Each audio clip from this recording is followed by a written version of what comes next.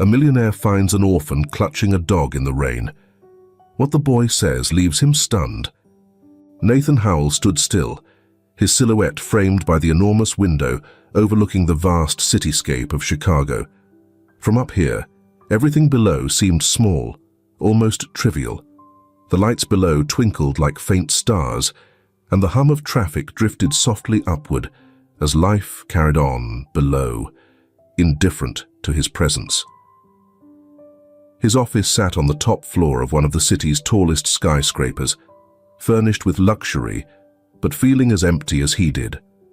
He stared out at the bustling city, but his thoughts were far away, wandering as they often did to that day 3 years ago. The memory played out the same each time, his wife Anna and their son Keith laughing together in the car. It was seared into his mind with cruel clarity, each detail sharp and painful. Then came the sound of screeching tires, the crash of glass, and then silence. Chicago, lively and in constant motion, now served only as the background to his sorrow. The city's muted hues seemed to reflect his inner emptiness, grey, cold, unending. 3 years had passed, but the ache remained unchanged. The buzz of his professional success filled the silence for those around him, but he knew the truth. The promotions, the business deals, the praise, they felt hollow. Lost in his own world, his gaze drifted to the dark clouds forming on the horizon. Rain was coming. Once, he would have welcomed the cleansing feeling of rain, seeing it as a symbol of renewal, a fresh start with every drop. But now it only reminded him of the permanence of his loss, the things that couldn't be washed away. The quiet vibration of his phone on the desk jolted him back. He didn't have to look to know it was another call about work, just another reminder of how detached he'd become from everything around him.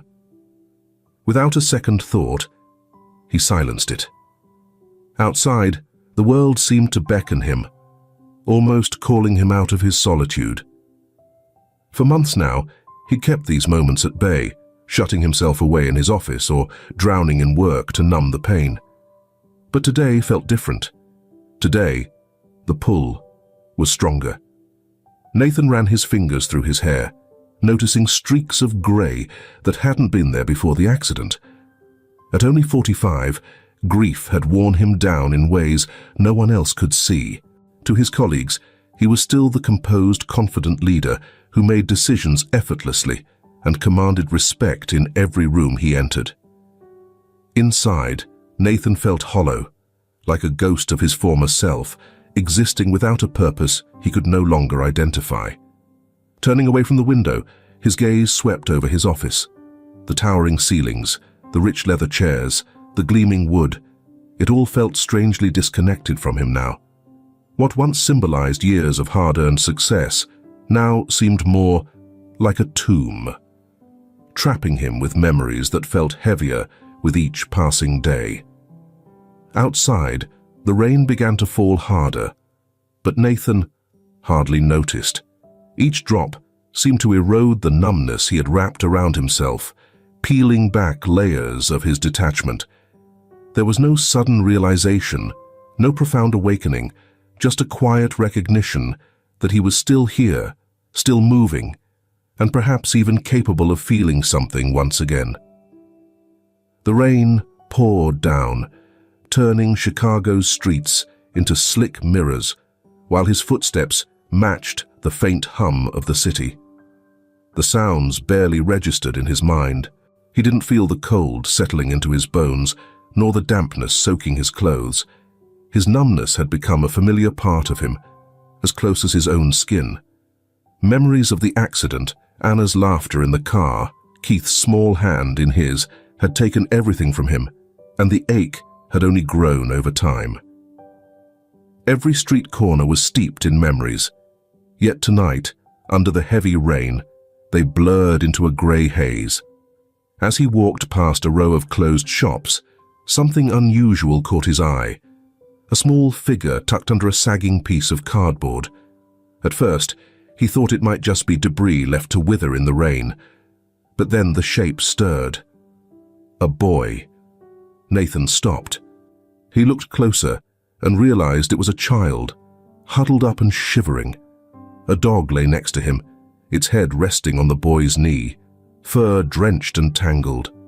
The boy couldn't have been older than 8 or 9, with thin arms wrapped tightly around his knees as if he were trying to disappear into himself. For a long moment, Nathan stood, rooted to the spot. The rain poured on, steady and unyielding, but the sight of the boy sliced through the fog Nathan had carried for years. The child didn't look up.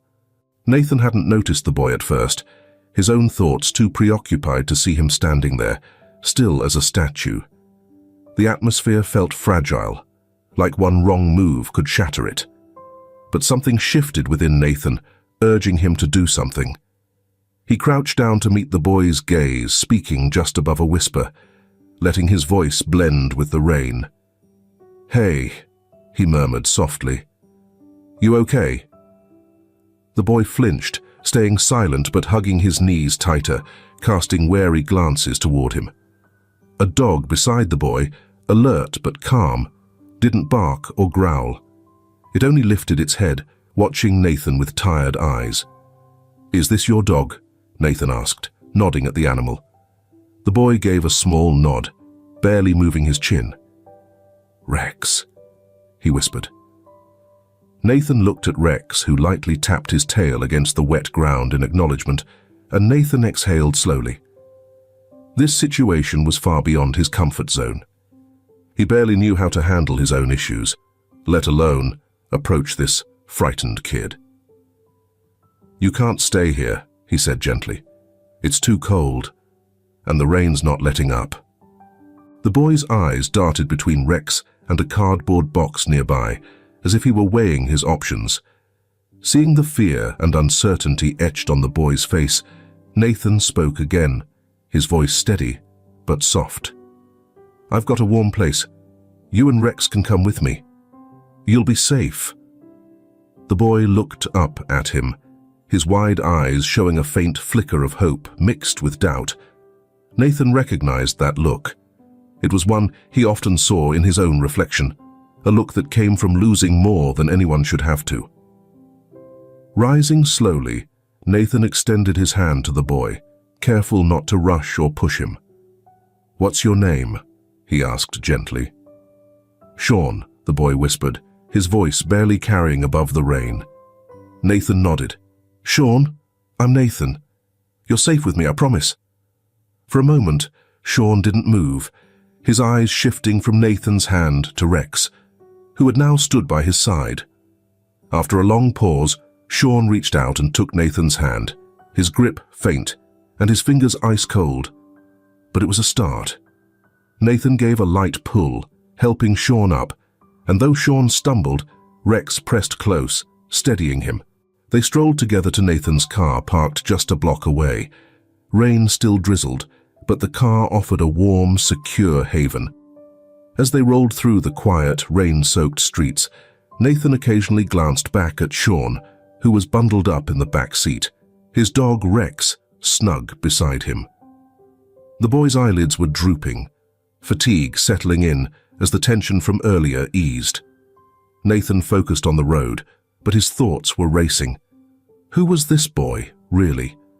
How long had he been out there, braving the storm, alone? The soft chime of a doorbell echoed as Nathan Howell stepped into the gentle glow of the cafe. The familiar aroma of fresh coffee filled the air, immediately calming him. It was late afternoon, and the rain had finally passed, leaving the streets shining under the fading daylight. Nathan glanced around the cozy space, scanning for his friend. "Nathan!" a voice called out from behind the counter. Ethan Thomas, the cafe's owner and Nathan's oldest friend, gave a welcoming wave and a smile. The cafe was peaceful, a few regulars scattered around, engrossed in their books or laptops. Sean stood close to Nathan, clinging to his damp sleeve, while Rex sat loyally at his feet, watching everything with interest. "Ethan, I appreciate you letting us come by," Nathan said, walking up to the counter. We needed a quiet spot. Ethan dried his hands on a towel and leaned in for a quick hug. You know this place is always open for you, he replied, his eyes shifting to Sean with a soft, curious compassion. And this must be Sean. Nathan nodded, looking down at the boy. Yeah, Sean. This is my friend, Ethan, who owns this cafe. Sean, who'd been silent since the drive, glanced up and gave a small nod, his eyes big and wary, like he was still deciding if this was a safe place. Sensing the boy's unease from his long isolated days, Nathan tried to reassure him. Sit wherever you're comfortable, Ethan said warmly, aiming to make Sean feel welcome. I'll bring over some hot chocolate. Sean paused, then followed Nathan to a table by the window, where they settled in, the soft daylight casting gentle shadows across the wooden table. Rex nestled beside Sean, resting his head on the boy's lap in a quiet show of companionship. There was a lull, a brief moment of silence between them, with only the soft clinking of cups and the low hum of voices filling the space around them. Nathan's gaze lingered on Sean for a bit. This kid was so small, so delicate, and there was an unmistakable weight on his shoulders. Nathan felt a pang in his chest, wondering what had brought him here. Who was Sean? How long had he been on his own? And why did he stir such deep empathy in him? Just then, Ethan arrived with a steaming cup of hot chocolate, placing it in front of Sean, adding a few marshmallows on the side. On the house, kid, he said, grinning before heading back to the counter. Sean mumbled a soft, "Thank you," and wrapped his hands around the cup, letting the warmth spread through his fingers. Nathan took a sip of his own coffee, his eyes still resting on Sean. The boy was an enigma, a quiet mystery that tugged at Nathan's curiosity and compassion. After a few moments, Nathan cleared his throat. "Sean," he began, his voice soft, "I know you've been through a lot. I don't want to pressure you. But if you're comfortable, I'd like to know more about where you came from. I just want to help." Sean kept his gaze on the cup, his fingers slowly tracing its rim as he seemed to gather his thoughts. The silence stretched out, and Nathan worried he might have gone too far. But then, in a voice that was little more than a whisper, Sean spoke. "I don't remember everything," Sean began, choosing his words with care. "There was an accident, I think. A car accident. I was really young." Nathan's heart skipped a beat. He leaned in, trying to keep his tone steady. "An accident? What do you remember about it?" Sean's brow furrowed, his small face filled with concentration. "It was dark. There was a lot of noise and fire. I remember the fire." His grip on the cup tightened slightly. "After that, I was taken somewhere. It wasn't a good place." Nathan's throat tightened, feeling a pang of concern. "What kind of place?" Sean's voice was soft, barely audible. "The orphanage," he said.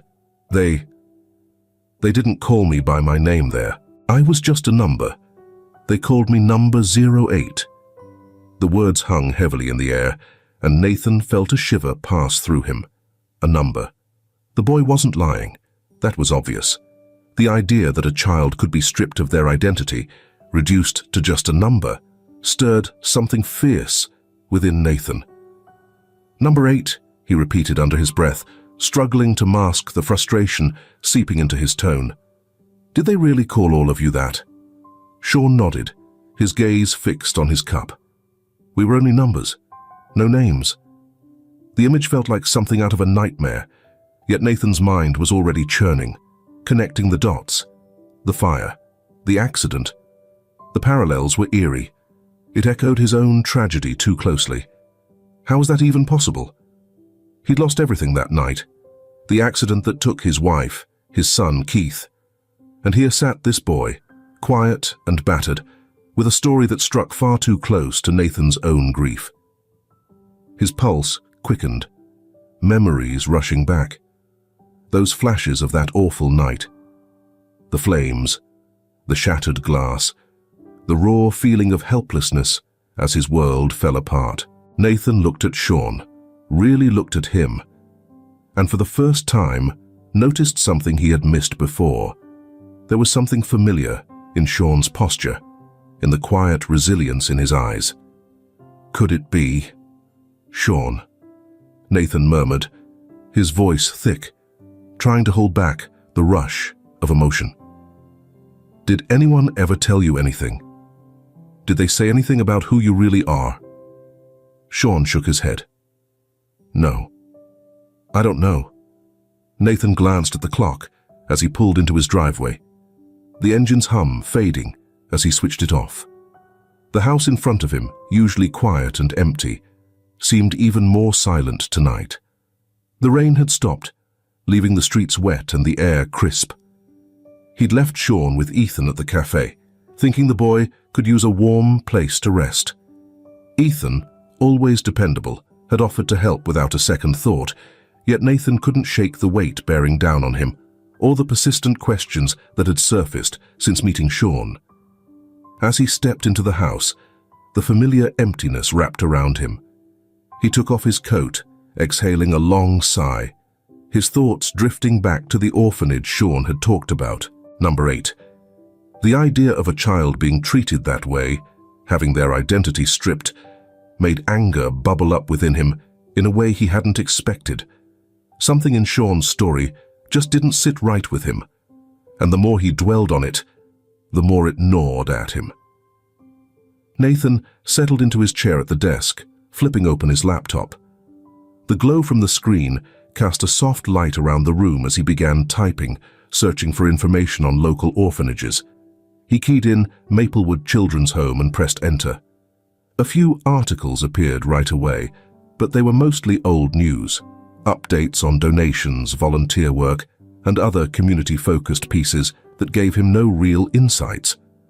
Frustration started to build as he clicked through, hoping for any hint that might explain the odd events surrounding Sean. He leaned back, rubbing his face, realizing he needed more than basic internet searches.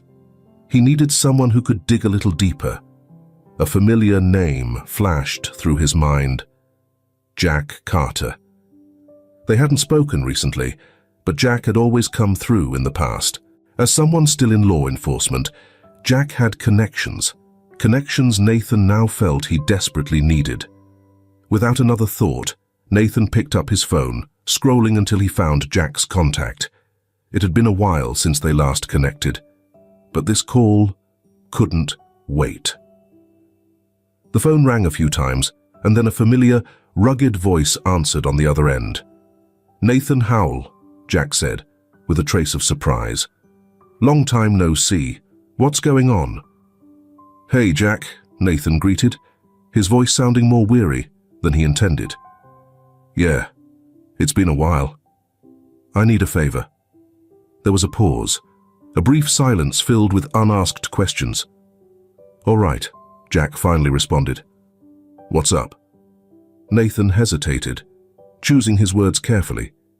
He didn't want to sound too paranoid. "It's about an orphanage. I met a kid, been through some tough stuff, and there's something off about his background. He mentioned a place called Maplewood Children's Home, and I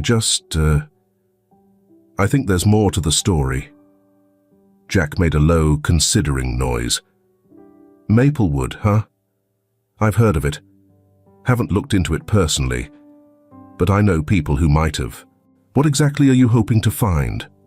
Nathan exhaled, pressing his fingers to his temples. "Anything." Nathan felt an uneasiness he couldn't ignore. The kid mentioned they referred to him by a number instead of his name. That's got to be strange, right? "No, that's definitely not normal," Jack replied, his voice taking on a more serious tone. "All right. I'll ask around and see if anyone knows more about this place, but Nathan, are you sure you're ready to dig into this? Sometimes these things go deeper than you'd think." "I'm sure," Nathan replied, though his stomach tightened. "I can't just let it go. Not after everything this kid's endured." Jack paused, considering Nathan's resolve, before he spoke again. "Okay, I'll reach out to some people. It could take a couple of days, but I'll get back to you as soon as I have something." "Thanks, Jack," Nathan said, feeling a slight sense of relief. "I owe you one." "You owe me a few," Jack joked. "But don't sweat it. I'll be in touch." The call ended, leaving Nathan alone with the quiet hum of his home. He leaned back, staring at the screen, thoughts racing. Sean's past was weighing on him, a haunting mystery that felt bigger than just a troubled kid with a hard story. Nathan stood, moving over to the window to look out at the darkened street. The rain had stopped, but heavy clouds still hung low in the sky. He thought of Sean, back at Ethan's cafe, curled up with Rex, searching for peace in a world that had been anything but kind. This wasn't just idle curiosity. It was about giving Sean a real shot at a future, something Nathan knew could vanish in an instant. As hours slipped by, the feeling that Sean's story was only the beginning intensified. Whatever answers he uncovered, he knew they would pull him down a path he hadn't anticipated. The quiet returned to his house, yet the unease settled deep within him, like the storm clouds still lingering over the city. A few days later, Jack called back, suggesting they go together. The drive to Maplewood Children's Home carried a thick tension neither of them spoke of. Nathan's hands gripped the wheel, knuckles white as they navigated the narrow streets of Philadelphia. Beside him, Jack silently scanned the rundown buildings they passed. They hadn't spoken much since leaving Chicago, but the gravity of their mission was undeniable. Nathan's mind raced with possibilities, each one darker than the last. As they finally reached their destination, the orphanage looked even more run-down than Nathan had pictured. The structure was aging, with bricks flaking away along the edges, and the windows were thick with dirt and dust. It stood there like an artifact left behind, in a neighborhood that had long since given up. A faded sign reading Maplewood Children's Home hung askew above the entrance. Nathan turned off the engine, his eyes fixed on the dilapidated building. "This place looks abandoned." Jack nodded, his expression tense. "It might as well be." They stepped out of the car and made their way toward the entrance. The wind stung their faces, carrying a faint sound of children laughing. But the laughter was hollow, as if forced. Nathan's stomach tightened. This was not a place fit for any child. Inside, the orphanage reeked of dampness and neglect. Peeling paint lined the walls, and the air felt thick, almost suffocating. A single receptionist sat at a desk down the hall, her attention focused on paperwork in front of her. She barely looked up as they approached. "We're here to see Linda Collins," Jack said, showing his badge. The woman's eyes flicked briefly to the badge, then to Nathan, before she finally stood up. "I'll get her." They waited in silence, Nathan's gaze drifting to a small group of children in the corner. They were tiny, their clothes hanging loose over thin bodies, with faces that seemed drained of color. One child, maybe around 7, locked eyes with Nathan, his stare wide and hollow. It was a look that struck Nathan deeply, a look filled with too many nights of hunger, too many broken promises. Jack leaned in close, his voice a low murmur. "They look sick." Nathan nodded, unable to pull his eyes from the boy. "Worse than sick, they look forgotten." Moments later, a woman appeared from a hallway in the back, Linda Collins. Her smile was tight, her eyes sharp and observant. She was well dressed, but there was a chilliness to her, something that made Nathan's skin prickle the instant she entered the room. "Detective Carter," she greeted Jack with a curt nod, "and you must be Mr. Howell. What brings you to Maplewood today?" Nathan could sense the tension building, his gut telling him something was very wrong. He let Jack take the lead for now. "We're here following up on some reports," Jack began. "There's been some talk about the conditions around here. I assume you've caught wind of it, right?" Linda kept her smile, though her eyes grew sharper. "Maplewood is a state-run facility, Detective. We comply with every regulation." "But rumors are hard to ignore," Jack added, leaning in. "Talk about illegal adoptions, improper handling of records. We need access to those files." Susan's smile faltered for a brief second. "Those are serious allegations, Detective. Everything we do here is by the book. But if you're insisting on a review, I'll have to check with my superiors." Nathan observed her closely, noticing the slight twitch of her fingers and the fleeting look of discomfort in her eyes. She wasn't telling the truth. He could feel it. "I'd like to see the children's living quarters," Nathan said, his tone unwavering. Linda hesitated before motioning toward the hallway. "Very well, Mr. Howell, but you may find it all quite familiar. Our budget is limited." They walked through dimly lit hallways, and with every step, the discomfort grew. The rooms were small and crowded, with bunk beds lining the walls and thin blankets covering narrow mattresses. "No place for a child to grow up," Nathan observed, scanning the rooms. Linda stopped abruptly, turning to face him. Her smile had vanished, replaced with a hard, guarded look. "Mr. Howell," she said, voice low, "you strike me as someone who knows when to stop digging. Take that to heart." The warning was unmistakable, cold, and threatening. Nathan didn't flinch, holding her gaze. "I won't," he replied, his tone calm but resolute. Linda narrowed her eyes but said nothing further. She turned and continued down the hallway, her heels echoing against the floor. Nathan and Jack followed, but the heavy sense of dread only deepened. As they stepped outside, the sun was dipping below the horizon, stretching shadows over the building. Nathan cast a glance back at the kids, still playing in the courtyard, their laughter faint, almost haunting. "Something's not right," Nathan muttered to Jack as they got into the car. Jack nodded, face tense. "I know, but we'll find out the truth." And Nathan knew they had to keep going. Whatever was happening behind those walls wasn't anywhere near finished. The Westwood house had always felt too large. Since Anna and Keith were gone, the vast empty halls seemed to echo a silence Nathan couldn't quite shake. But tonight, something was different.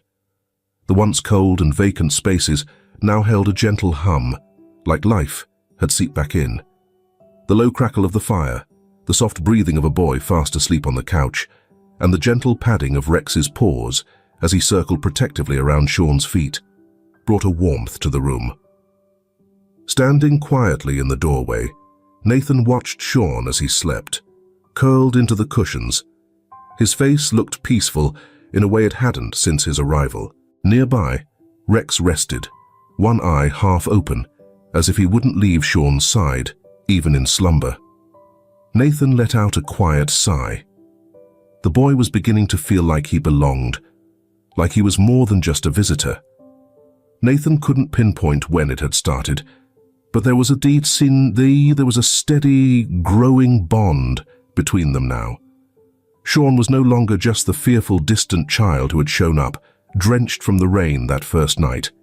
He was something more, and as time passed, Nathan found himself pulled into the mystery of Sean's past and the strange, haunting familiarity that lingered in his thoughts. Crossing the room, Nathan took a seat in the armchair across from Sean, making sure not to wake him. His eyes lingered on the boy's face, his slightly furrowed brow, hands clutching the edge of the blanket. There was something about him, the line of his jaw, the way his hair fell over his forehead, that struck a chord within Nathan. It wasn't only the resemblance, it was the way Sean looked at him sometimes, a quiet trust that had somehow formed, despite everything he must have endured. Nathan didn't need to ask to know Sean had been through too much. seen too much for someone so young. Leaning forward, Nathan rested his elbows on his knees.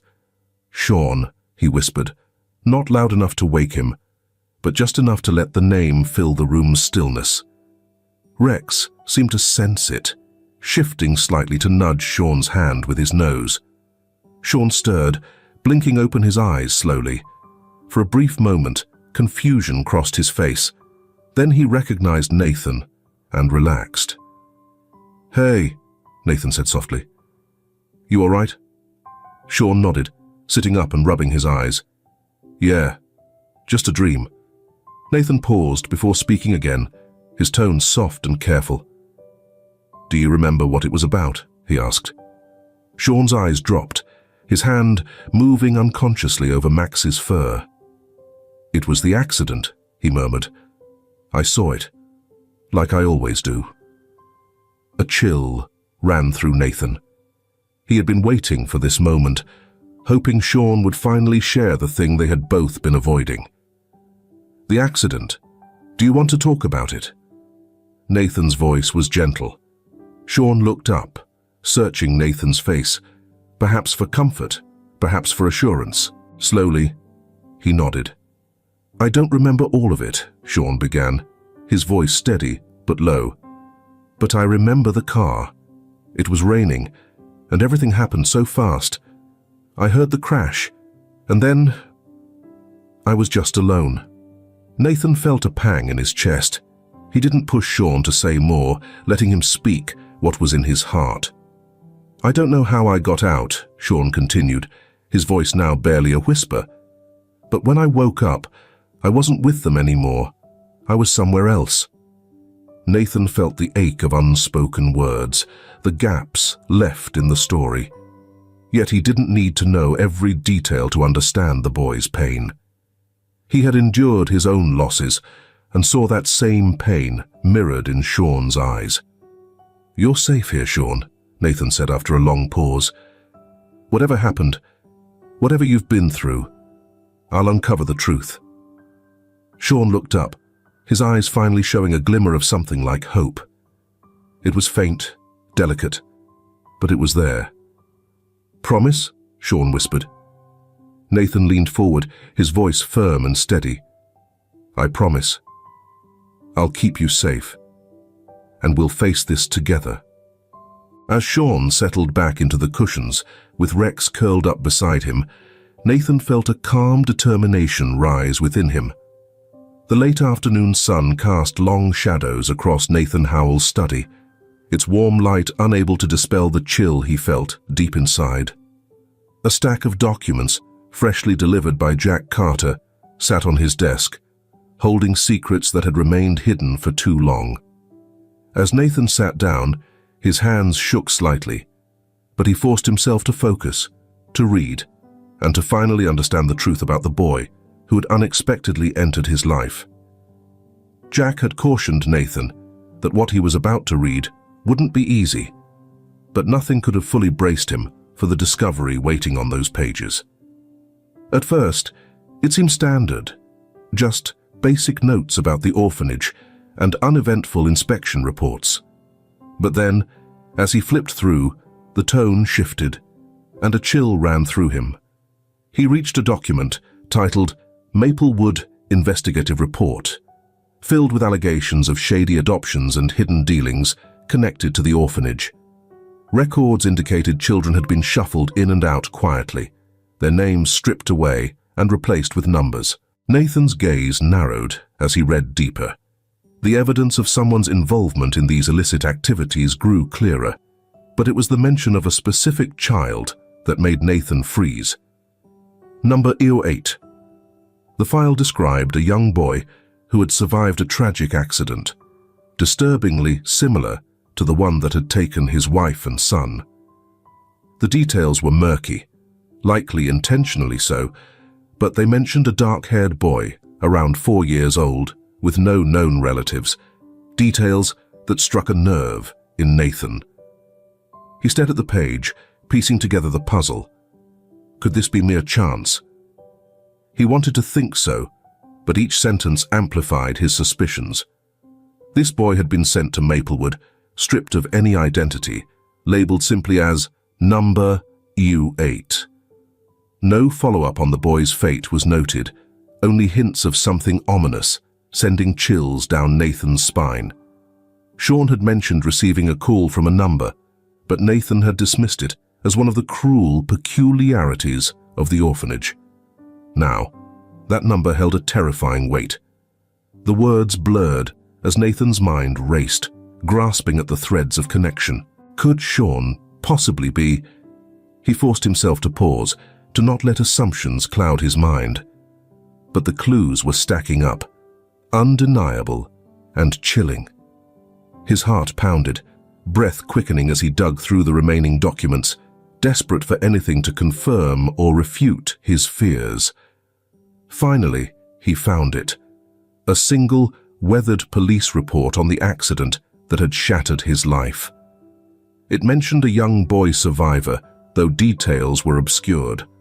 The orphanage name was redacted, but Nathan knew all too well what it meant. Everything led back to Maplewood. Nathan's heart raced as the puzzle pieces started to fall into place. The boy who had made it, the boy taken in by the orphanage. Could it possibly be Sean?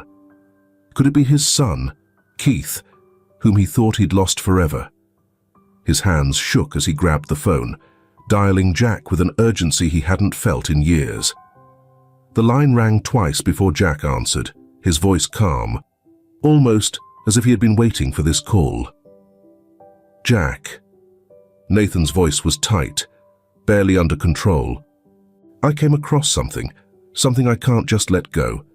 There's a file, a report, about a boy, a survivor from that accident.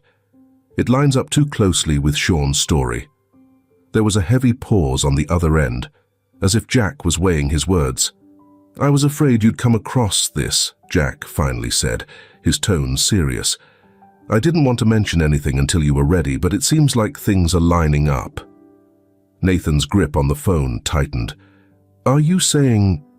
Do you think Sean could really be...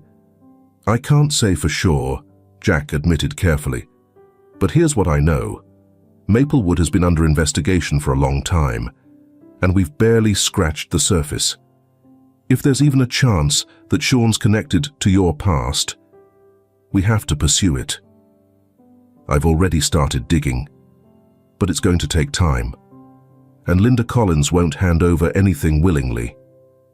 Nathan's thoughts spun as he tried to process everything, the spark of hope clashing with waves of doubt and fear.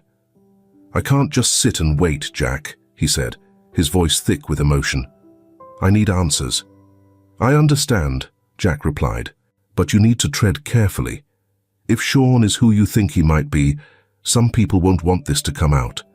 We have to do this by the book, or it could all fall apart. Nathan nodded, even though Jack couldn't see him. I'm going to confront Susan, he said, his voice now steady. She has to answer if she's involved. Be careful, Nathan, Jack cautioned. Linda wasn't the type you'd approach unprepared. I'll stand by you as best I can, but don't push too hard, Nathan warned before hanging up, feeling a new resolve harden within him. He couldn't back off now, not with the truth just within his reach. Nathan Howell gripped the steering wheel tightly as he sat outside the orphanage. The building stood silent and weary in front of him, its crumbling exterior hiding secrets he was determined to uncover. The early morning sun barely touched the street, casting long shadows that stretched across the pavement. Daylight wouldn't be necessary for what he was about to do. He'd waited too long already. Taking a deep breath, he stepped out of the car, the crisp morning air biting at his skin. Each step toward the entrance weighed heavily, the responsibility of what he knew pressing on him. He didn't have a prepared speech, but one thing was clear. He wasn't leaving without answers. The door creaked as he pushed it open, and the familiar musty odor of the orphanage greeted him. It was eerily quiet, as if the building itself sensed the gravity of the moment. He walked down the dimly lit hallway, the sound of his footsteps amplifying as he neared Susan's office. Skipping any courtesy, he walked in without knocking. Linda looked up, startled at his sudden entry, but quickly masked it with a hint of irritation. Despite her calm front, Nathan caught a fleeting trace of apprehension in her expression. She knew this was coming, or at least had expected it eventually. "Nathan," she said, her voice cool as she set her pen aside. "I didn't know we had a meeting on the agenda." "We don't," Nathan responded, his voice firm but controlled. He shut the door behind him, stepping closer to her desk. "But we need to have a conversation, now." Linda leaned back in her chair, crossing her arms. "I'm not sure what you think you're doing, barging in here unannounced. If you've got something to say, get on with it." Nathan clenched his jaw, fighting to keep his anger in check. He'd pictured this moment countless times, but now that it was here, the words felt tangled up in his mind. He steadied himself, his voice unwavering. "I know about the illegal adoptions," he said deliberately, his eyes locked on hers. "I know exactly what you've been doing here." "The kids, Sean. They weren't just orphans, were they? They were treated like assets." Susan's gaze hardened, but she didn't refute his words. Instead, she leaned in closer, her voice cutting. "You don't understand the circumstances, Nathan. You think it's just about a handful of kids who slipped through the cracks? It's far more complex than that." "Don't talk down to me," Nathan retorted, barely containing his frustration. "I've seen the documents, Susan. I know about number 8. I know what happened to him and to all the others. How can you defend it? How can you look yourself in the mirror?" Linda hesitated, her hands gripping the edge of the desk. Nathan thought, for a moment, she might finally give him the answer he was searching for. But then her expression shifted, fear flashing in her eyes. "There's someone. They call him," she whispered, her voice wavering. "He's the one overseeing it all, the trafficking, the adoptions, everything." "But you can't go up against him, Nathan. You won't win." "Who is he?" Nathan pressed, desperation lacing his words. "If you know who he is, Susan, you have to tell me." But Linda only shook her head, her eyes distant. "It's too late." It was already too late for all of them. Just as Nathan moved, she reached into her desk drawer, pulling out a small bottle of pills. His pulse quickened as he realized what she intended. "Susan, don't," he started to say, but she was already twisting off the cap.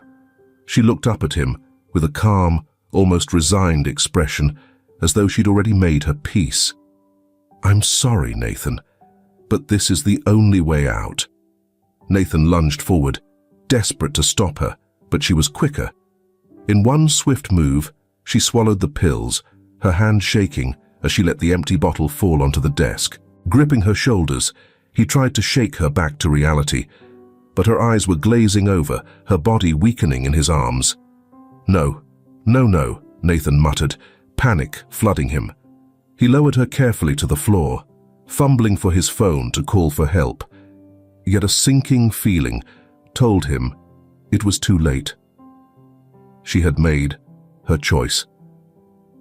As Susan's breathing grew faint, Nathan knelt beside her, helplessly watching the light fade from her eyes. Her last words echoed hauntingly in his mind, her name lingering in the air like a dark shadow over everything he'd uncovered. He stayed with her until the paramedics arrived, but by then, it was over. Linda Collins was gone, carrying her secrets with her. Standing outside the orphanage, Nathan stared into the distance, burdened with more questions than answers. The truth was out there, just beyond his grasp, and now he knew he couldn't rest until he uncovered it. But for now, all he could do was wait. Wait, and prepare himself for the battle ahead. The shadows around him had deepened, and his fight was far from over. Nathan Howell sat across from Jack Carter in a dim, worn-out diner. The smell of coffee and fried food hung in the air, but neither man seemed to notice. Their attention was fixed on the document laid out before them, a tangled map of names, dates, and connections that hinted at a vast network of corruption. Jack tapped his pen on the table, brows knit in thought. "So, M is Thomas Blackwell," he said, breaking the silence. "It all lines up. Blackwell has managed to stay hidden for years, just out of reach. But this could be his downfall." Nathan glanced down, his focus locked on a photo of Blackwell, an older man with slicked back hair, dressed in a sharp suit, his smile barely touching his eyes. Blackwell embodied everything Nathan despised, a man who wielded wealth and influence as tools to manipulate and destroy, leaving nothing but chaos in his wake. The idea that Sean might just be another pawn in Blackwell's twisted game made Nathan's blood boil. "We need to tread carefully," Jack warned, his voice dropping. "Blackwell is dangerous, and he's got people around him who would do anything to keep him safe. We can't afford any slip-ups." Nathan's jaw clenched as he studied the man in the photo. "I don't intend to slip up. This ends here," Jack nodded, hearing the resolve in Nathan's voice. "There's an event tonight, a high society thing Blackwell is hosting. It's a good chance to get close to him, but it's risky. Are you sure about this?" Nathan didn't waver. "I'll do whatever it takes to bring him down. I owe it to Sean and every other kid he's hurt." For the next hour, they meticulously went over the plan, covering every possible angle. Jack had managed to get an invitation in a fake name, giving Nathan the access he needed. The objective was straightforward: get inside without drawing suspicion. But they both knew that things rarely went as smoothly as planned. When night fell, Nathan found himself at the grand entrance of Blackwell's estate, the sprawling mansion glowing warmly under soft lights. The event was in full swing, luxury cars gliding up to drop off guests dressed to the nines. Nathan adjusted his suit collar, his pulse a blend of anticipation and unease. He was walking straight into the lion's den, and there'd be no margin for error. He handed his forged invitation to the doorman, who barely glanced at it before nodding him in. Inside, the mansion was even grander than he'd expected: crystal chandeliers, polished marble floors, and art that oozed money and status. The air was thick with classical music, the soft clinking of glasses, and the murmur of high society chatter. But Nathan hadn't come to admire the opulence. He moved through the crowd, scanning the room for Blackwell. He spotted him quickly enough, a tall figure by the fireplace, surrounded by people laughing at his every word. Blackwell looked every bit the untouchable mogul, exuding charm and arrogance in equal measure. Nathan saw through the smooth exterior, recognizing the predator lurking beneath Blackwell's polished charm. He approached the group with caution, keeping his expression neutral as he edged closer. Bits and pieces of Blackwell's conversation drifted over, talk about investments, political sway, and high society matters, though nothing hinting at his darker dealings. As Nathan joined, Blackwell's gaze briefly landed on him, sharp and appraising. "I don't believe we've met," Blackwell remarked, his tone as smooth as his demeanor. "Thomas Blackwell." Nathan extended his hand. "I've heard a bit about you, Mr. Blackwell." Blackwell smiled, but the expression didn't reach his eyes. "All good, I hope." Nathan returned the smile, though it felt hollow. "Depends on who you ask." A glimmer of calculation appeared in Blackwell's eyes, vanishing almost as quickly as it had come. "Well, it's always a pleasure to meet new faces. What line of work are you in?" Nathan replied effortlessly, sticking to the cover he and Jack had agreed upon. "Investment consulting," he said. "I've been expanding my network and heard this was the place to be." Blackwell chuckled, arrogance dripping from his voice. "Whoever told you that wasn't wrong?" Nathan kept the conversation flowing, carefully probing for any sign of Blackwell letting his guard down. But Blackwell was too seasoned, too controlled. It was clear getting him to slip in a public setting would be unlikely. While the exchange continued, Nathan's gaze discreetly roamed the room, noting the layout. Off to the side, he noticed a hallway leading away from the main gathering, lightly guarded. That was his destination. "Excuse me for a moment," he said, slipping away from the group as casually as possible. Blackwell barely seemed to notice, already absorbed in another conversation. Nathan moved swiftly, keeping a low profile as he approached the hallway. The guard at the entrance gave him a quick once-over, but didn't stop him, allowing him to slip through as the sounds of the party faded behind him. The hallway led to Blackwell's private study, a room rumored to contain the documents he sought. Nathan reached the door, unsurprised to find it locked. Calmly, he pulled out a small toolkit, his hands steady as he worked on the lock. Within moments, it clicked open, and he slid inside. The study was dark, lit faintly by the glow of streetlights outside. He moved quickly, scanning the room for anything that might hold the evidence he needed. It wasn't long before he found the safe, a sleek, modern design concealed behind a bookshelf. He worked fast, his fingers moving with a practiced ease as he cracked open the safe. The door swung wide, revealing a neat stack of files and a small flash drive. Nathan scooped them both up, his pulse racing as he tucked them into his jacket. Just as he turned to make his exit, he heard footsteps in the hall, making him freeze. He pressed himself against the wall, holding his breath as the steps slowed just outside. For a tense second, he thought he was done for. But then, the footsteps faded down the hall. He exhaled slowly, waiting until he was sure the coast was clear, then slipped out of the study and back into the hall. Moving swiftly, he retraced his steps until he was back at the party, blending seamlessly into the crowd, as if nothing had happened. He knew he couldn't linger.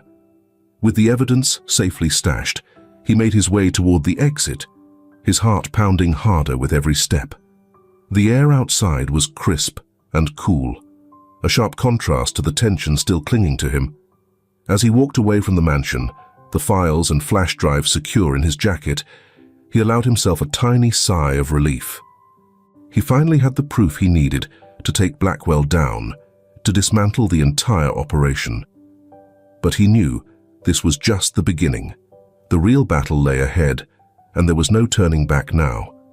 The night was calm, yet the air was thick with the anticipation of what was to come. Nathan Howell stood in the shadows outside the warehouse, heart pounding in his chest. The cold grip of the pistol in his hand felt unfamiliar, but he held on tight, knowing this was the final step in his mission. Everything, every betrayal, every truth he'd uncovered had led to this. It was time to end it. Beside him, Jack Carter kept his gaze locked on the building. The place was eerily silent, a stark change from the chaos they'd been caught up in for weeks. Their plan was straightforward, but risky.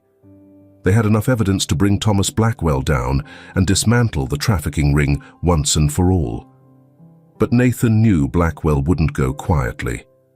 "You ready?" Jack asked, his voice low, calm. Nathan gave a firm nod, jaw set. "Let's get it done." They moved quietly toward the entrance, the faint sound of police sirens in the distance hinting that backup was close. But Nathan had no intention of waiting. This was personal. The door groaned as they nudged it open, revealing the dim, shadow-filled expanse of the warehouse.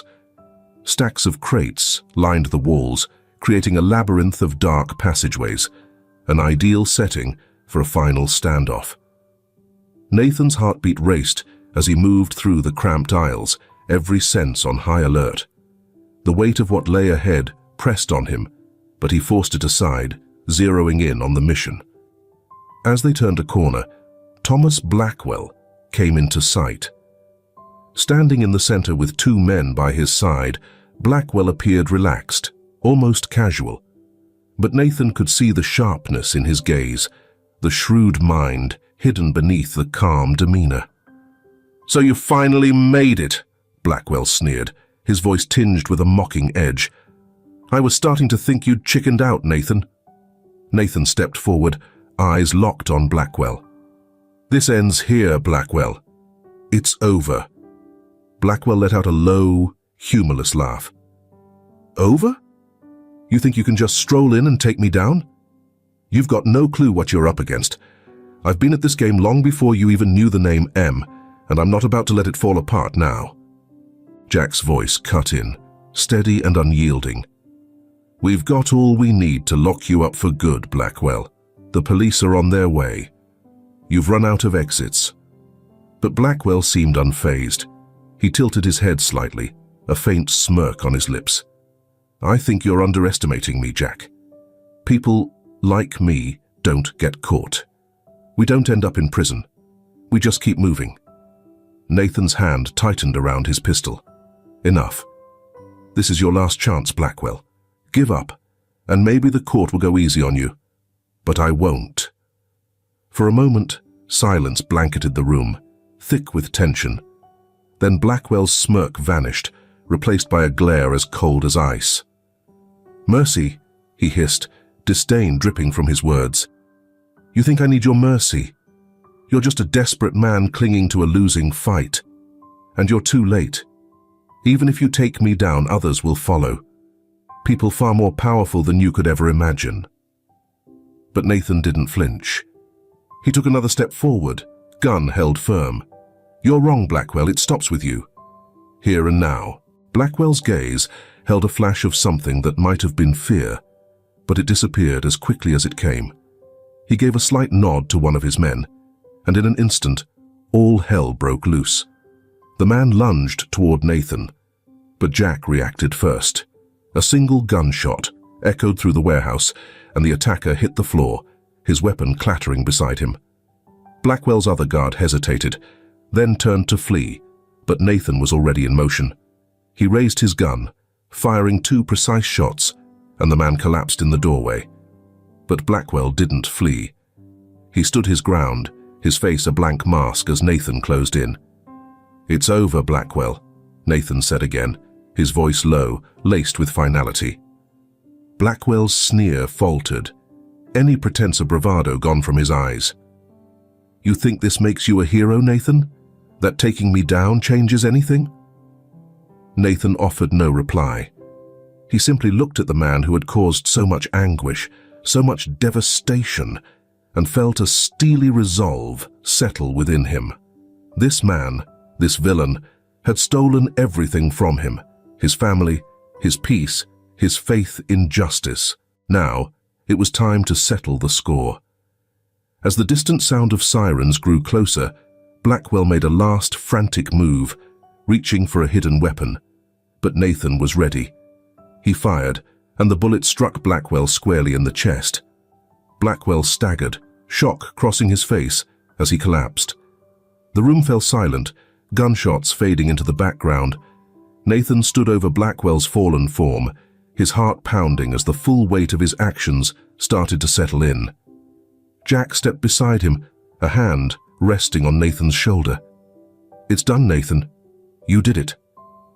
But relief didn't come. Instead, Nathan felt only a hollow ache inside. Victory had come, but at a cost, one that felt far too steep. He holstered his weapon, turning away with his thoughts drifting to the one who mattered now. Sean. Keith. As the police poured into the warehouse, arresting Blackwell's men and securing the scene, Nathan walked into the cool night air. He looked up at the sky, the stars above seeming to shine a little brighter, and felt a slight release from the past's weight. He drove straight to Ethan's, where Keith, was waiting. The boy was asleep on the couch, Rex curled protectively at his feet. Nathan stood silently in the doorway, taking a long moment to look at him.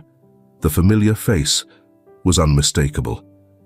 Kneeling down, He gently brushed a strand of hair off his son's forehead.